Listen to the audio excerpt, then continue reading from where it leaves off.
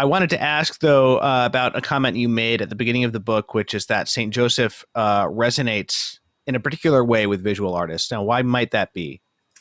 Well, I think the fact that Joseph has, not one word recorded in the Gospels, and he has 15 mentions in the Gospels, he, in a certain sense, is kind of like putty, right? Because there's nothing to really define him or fit him into a particular mold. We don't have this kind of constraint of he did this, he did that. We just have this, we don't have his own voice. And that allows him to be something where artists can leave their imprint on him depending on what they want to reflect of this sort of fascinating and in many ways enigmatic character. Interesting. Yeah. So, but he wasn't always the most popular choice for artists in the very early centuries of Christian art. You might even have nativity scenes where he's left out of the picture, or just a very, very minor figure. So maybe we can start out with what some of the reasons are why he wouldn't have been focused on. Why did it take so long for devotion to Saint Joseph to develop in this way? That's a very good question. I mean, the fact is that the Christians are a little hesitant about the whole art thing to begin with. So, Christianity doesn't actually start producing art until late second century, beginning of the third century. And even then, it's a very kind of limited field of things they want to show because it's so hand in hand with doctrine and evangelization. So the images of Christ that they show tend to focus on either the incarnation or his ministry for the most part. And when it comes to images like the Nativity, the most important element that the early Christian community must communicate through art is the divine paternity of Christ. They have to Right. make the point that Jesus is God, he's the Son of God.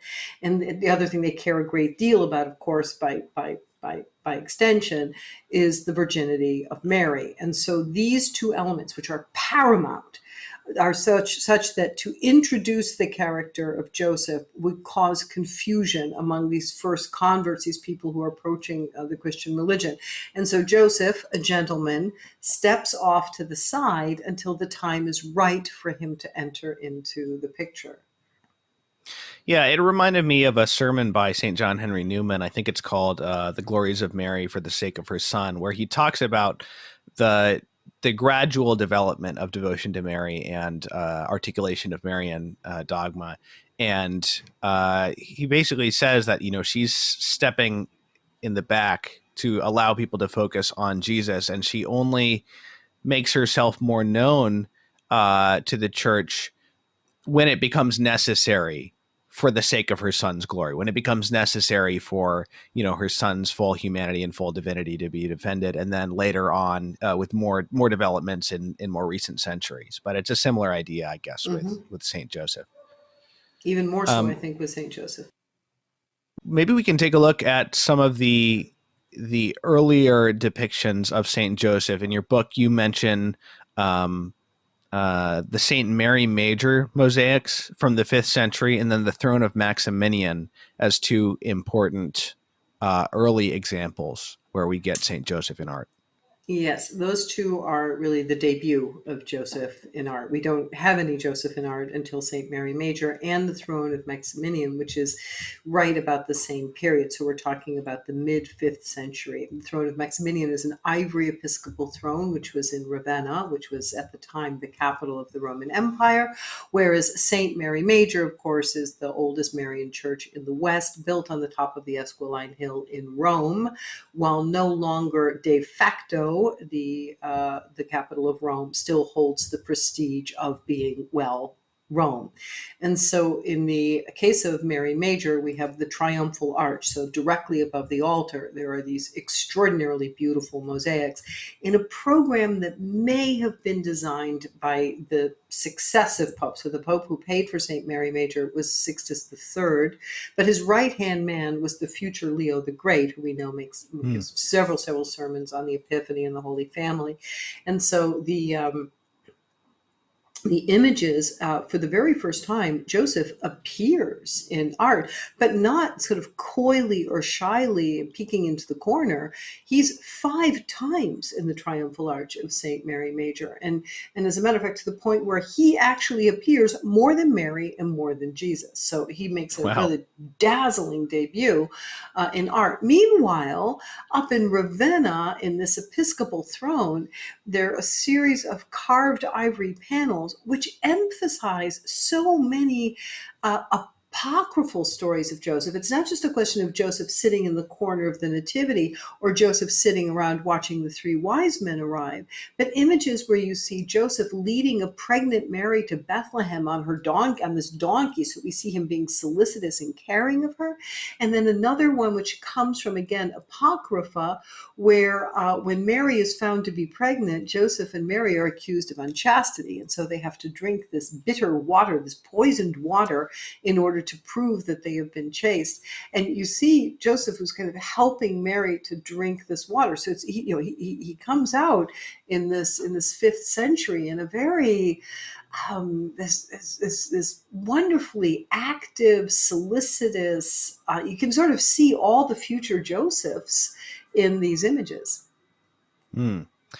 And not too long after that, I mean, we get this development of a sort of a standard posture for Saint Joseph.